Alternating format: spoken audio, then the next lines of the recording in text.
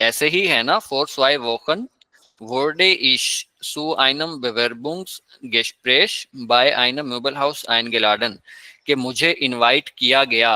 अब यहाँ पे जो इनवाइट करने वाला है उसका जिक्र तो कोई नहीं है यहाँ पे, नॉमिनेटिव। पैसिव के अंदर यही पैसिव की डेफिनेशन है ना, कि जो इनवाइट करने वाला होता है या नॉमिनेटिव होता है उसको हम छोड़ देते हैं, जो मेन स्ट्रक्चर होता है, और जिस पे काम किया गया हो उसको हम नॉमिनेटिव बना के लिखते हैं। यही होता है ना पैसिव।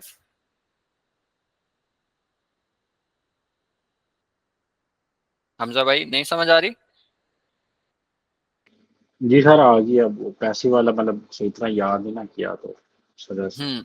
यानी कि पैसिव की मोटी मोटी जो मैं बता रहा हूँ, यानी कि बजाय उसके सब जो नॉमिनेटिव होता है उस पे फोकस करने के बजाय जिस पे काम किया जाता है वो फोकस किया जाता है। यानी कि बजाय इसके कि हम फोकस करें कि करने वाला कौन है, डायरेक्टली उसका जिक्र करेंगे जिस पे काम किया गया। तो इनवाइट मुझे किया गया, मैं मिश के बजाय यहाँ पे फिर जो जिस पे काम किया जाता है वो पैसिव के अंदर नॉमिनेटिव के तौर पे यूज होता है। ऐसा ही है ना, यानी कि सब्जेक्ट बन जाता है वो।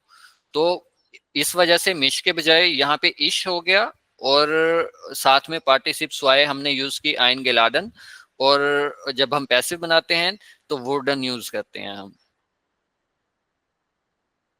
सही है। ठीक। तो ये ई वाला आएगा। हाँ जी, ये सेकंड वाला वुडे। सेकंड वाला ओके। हम्म।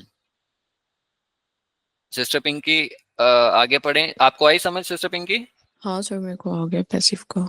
ये इसमें ग्रामर सर आप लोगों ने लाजमी रिपीट करनी है। अब ये सारे ग्रामर आप लोगों की लेसन में निकलेगी।